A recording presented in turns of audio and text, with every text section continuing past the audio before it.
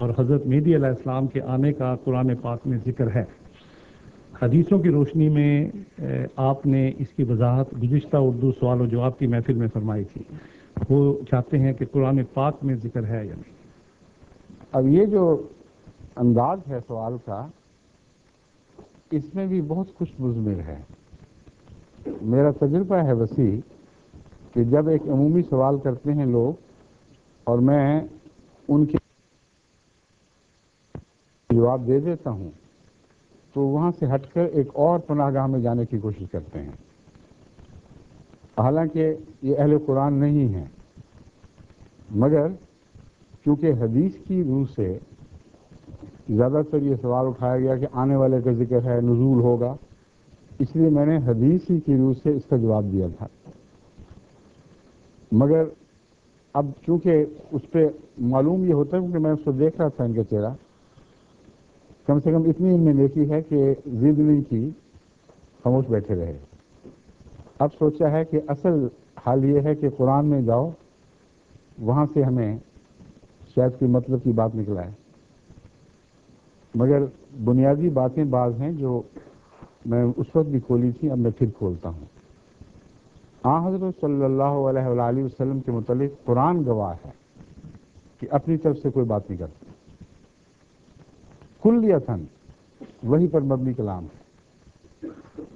اگر کسی کو وحی پر مبنی کلام ہونے کے باوجود قرآن کریم میں وہ بنیاد دکھائی نہ بھی دے اور یہ قطعی بات ہو کہ حضور صلی اللہ علیہ وآلہ وسلم کی احادیث بکثرت ایک بات کہہ رہی ہیں، تو پھر تقویٰ کا تقاضا یہ ہے کہ ان حدیث کے فیصلے کے سامنے سر جھکائے انسان۔ پھر یہ جائز نہیں کہ یہ پوچھے کہ کہاں سے نکالا آپ نے۔ یہ سوال دراصل ہم سے نہیں ہے، سوال حضرت صلی اللہ علیہ وآلہ وسلم سے ہے کہ اتنی زور سے، اتنی کثرت سے جو آپ نے مسیح کے آنے کی خبریں نکالی ہیں، تو قرآن سے تو حوالہ دکھائیں، کیونکہ آپ نے فرمایا، میں نے تو نہیں کہا۔ مگر میں ان کو بتاتا ہوں کہ قرآن میں بہت سی ایسی باتیں ایسے انداز میں بیان ہوئی ہیں کہ عام فہم کا آدمی ان کو اخذ نہیں کر سکتا کہ یہاں کس بات کی بنیاد رکھی گئی ہے۔ مگر جن پر شریعت نازل ہوئی ہے، حضرت محمد رسول اللہ صلی اللہ علیہ وسلم، آپ قطعیت کے ساتھ جانتے تھے کہ اس بات کی بنیاد یہاں موجود ہے، اور حوالہ دیا یا نہ دیا اس کی پیشگوئی فرمائی، اور پیشگوئی جب 100% یقینی طور پر پوری ہوئی اور آپ کے زمانے کے 1200 سال کے بعد پوری ہوئی، تو پھر کسی کو یہ حق نہیں ہے کہ یہ کہے کہ اپنی طرف سے باتیں کہیں تھیں۔ اس کی ایک مثال دجال کی ہے۔ دجال کا نام قرآن شریف سے نکال کے دکھا دیں، کوئی ذکر ہی نہیں ملتا، ذکر ملتا ہے مگر اسلام کے ساتھ نہیں۔ دجال کے متعلق جب حضرت صلی اللہ علیہ وسلم سے سوال ہوا کہ یا رسول اللہ آپ نے اتنا ڈرایا ہے دجال سے، یہاں تک کہ فرمایا کہ کوئی دنیا میں نبی ایسا نہیں آیا جس نے اپنی قوم کو دجال سے نہ ڈرایا، ہم کیسے بچیں گے اس سے؟ آپ نے فرمایا سورہ کہف کی پہلی 10 آیات اور آخری 10 آیات کا مطالعہ کرو، اور ان آیات میں مسیحی عقیدے کے توحید سے شرک کی طرف مائل ہونے کا ذکر ہے آغاز میں، اور آخر میں ان کی دنیاوی ترقی کا ذکر ہے۔ تو اگر دجال کا ان باتوں سے تعلق نہیں تھا تو حضور صلی اللہ علیہ وآلہ وسلم یہ کیوں فرماتے ہیں کہ ان 10 آیات پہلی اور آخری کی تلاوت کیا کرو اور رات سونے سے پہلے پڑھ لیا کرو، تمہیں سمجھ آ جائے گی۔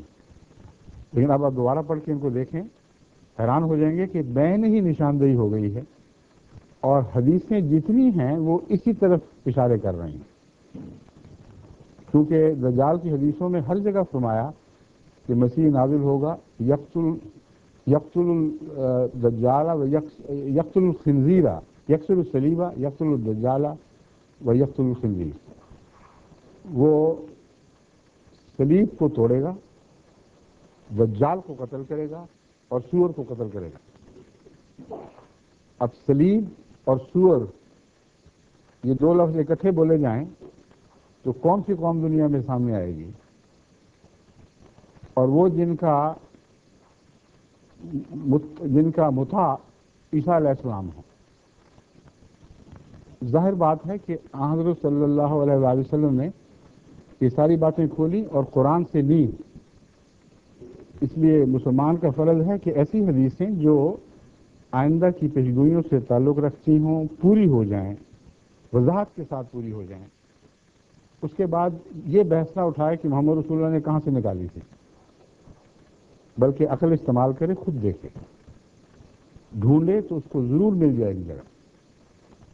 اب امام مہدی نام رکھیں یا مسیح رکھیں نام، ہمارے نزدیک ایک ہی وجود کے دو نام ہیں، اور اس کی بنیاد احادیث کی روح سے ابن ماجہ جو صحاح میں سے ایک صحیح کتب ہے، اس کی یہ حدیث ہے لل مہدی الا عیسیٰ. اصل میں عیسیٰ کے سوا کوئی مہدی نہیں ہوگا، ایک ہی شخص کے دو ٹائٹل ہیں. اس نقطہ نگاہ سے دونوں پیشگوئیاں قرآن کریم میں وضاحت کے ساتھ موجود ہیں. ایک آنے والا ایسا آئے گا جو حضرت محمد رسول اللہ صلی اللہ علیہ وآلہ وسلم کی کامل نمائندگی کرے گا، اتنی کامل نمائندگی کہ گویا اس کا نام محمد رکھا گیا. یہ پیشگوئی سورہ جمعہ میں موجود ہے اور اتنی کھلی کھلی ہے کہ کوئی معمولی عقل اور فہم کا آدمی بھی اس کو مس نہیں کر سکتا. لیکن اس پر مزید یہ تائید کہ خود حضور اکرم صلی اللہ علیہ وآلہ وسلم نے اس کی یہی تشریح فرمائی کہ یہاں ایک آنے والے کی خوشخبری، اس کے مقاصد بیان ہوئے ہیں، اس کا زمانہ بتایا گیا ہے، اس کی قوم کے احوال بتائے گئے ہیں. تو جہاں قرآن اور حدیث میں سے بھی بخاری کی حدیث دونوں یوں اکٹھے ہو جائیں جیسے انگلیاں میں پیوست ہو جاتی ہیں، تو اس کے بعد پھر فرار کی کون سی گنجائش رہ جاتی ہے؟ وہ آیت یہ ہے، اعوذ باللہ من الشیطان الرجیم، بسم اللہ الرحمن الرحیم. هو الذی، یعنی پہلی آیت چل رہی ہے، یہاں سے جو متعلقہ مضمون شروع ہوتا ہے، هو الذی بعث فی الامیین رسولا منہم یتلو علیہم آیاتہ ویزکیہم ویعلمہم الکتاب والحکمہ وان کانوا من قبل لفی ضلال مبین. وہی اللہ ہے جس نے اپنی طرف سے ایک ایسا رسول مبعوث فرمایا جو انہی لوگوں میں سے تھا. اور وہ کون لوگ تھے؟ امی، جاہل لوگ. انہی میں سے اٹھا اور ایسی کایا پلٹی کہ یتلو علیہم آیات ہی، ان پر وہ اللہ تعالیٰ کی آیتیں تلاوت کرنے لگا، اور تلاوت کے ساتھ پاک تبدیلیاں پیدا کرنے لگا. ان کا تزکیہ کر دیا، ان کے قلوب کی کیفیت بدل دی. جب تلاوت قرآن فرمائی، جب دلوں کو پاک کر دیا، تب وہ اس بات کے اہل ہوئے کہ علم سیکھ سکیں. اس کے بغیر علم نہیں سیکھا جا سکتا. دلوں کی پاکیزگی شرط ہے. وہی بات جو میں پہلے بیان کر چکا ہوں، جو دل جھوٹے ہوں ان کے اوپر کوئی حکمت کی بات کارگر نہیں ہوتی.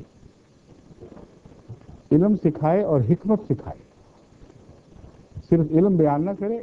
جیسا کہ علماء بھی کہتے ہیں، ہم نے بتا دیا یہ فتویٰ ہے، تو کیا بتاؤ کیوں ہے؟ کہیں جاؤ جہنم میں، تم انکار کرتے ہو اور تم کافر ہو گئے. رسول اللہ صلی اللہ علیہ وآلہ وسلم نے کبھی یہ شریف اختیار نہیں فرمایا. ایک دفعہ علم سکھایا، جب کسی نے پوچھا اس کا جواب دیا، تحمل اور پیار سے رافت کے ساتھ اس کے مضامین سمجھائے کہ یہ وجہ ہے، یہ خدا کا حکم یوں آیا. اور ہر دفعہ دل کا سننے والے کا دل مطمئن ہو گیا. یہ وہ مضمون ہے جو سورہ جمعہ میں بیان فرمایا گیا. پھر فرماتا ہے اللہ تعالیٰ یعلم الکتاب والحکمہ ان کانوا من قبل لفی ضلال مبین. یہ کہہ کر بات ختم ہو جانی چاہیے، مضمون مکمل ہو گیا. لیکن ایک اور بات شروع ہوتی ہے، وآخرین منہم لما یلحقوا بہم. اسی رسول کو، کیونکہ باسط سوائے محمد رسول اللہ کے کسی کی مذکور نہیں ہے، کسی تیسرے شخص کا کوئی تصور ہی، کوئی دوسرے یا تیسرے کا تصور نہیں. وبعث فی الامیین رسولا وبعث آخرین منہم، آخرین میں بھی اللہ نے اسی کو مبعوث فرمایا ہے، یعنی آخرین کے لیے. کن آخرین کے لیے؟ لما یلحقوا بہم، جو ابھی تک ان سے ملے نہیں ہیں. اور وہ کون ہوں گے، کیسے یہ واقعہ ہوگا؟ فرمایا آخرین منہم لما یلحقوا بہم وہو العزیز الحکیم. یہ جو فیصلہ ہے کہ آخرت میں، آخری زمانے میں محمد رسول اللہ کو دوبارہ مبعوث فرمایا جائے گا، یہ اس وجہ سے ہے کہ اللہ تعالیٰ عزیز ہے اور حکیم ہے. وہ صاحب علم اور صاحب وجاہت ہے اور حکمت کی بات کرتا ہے.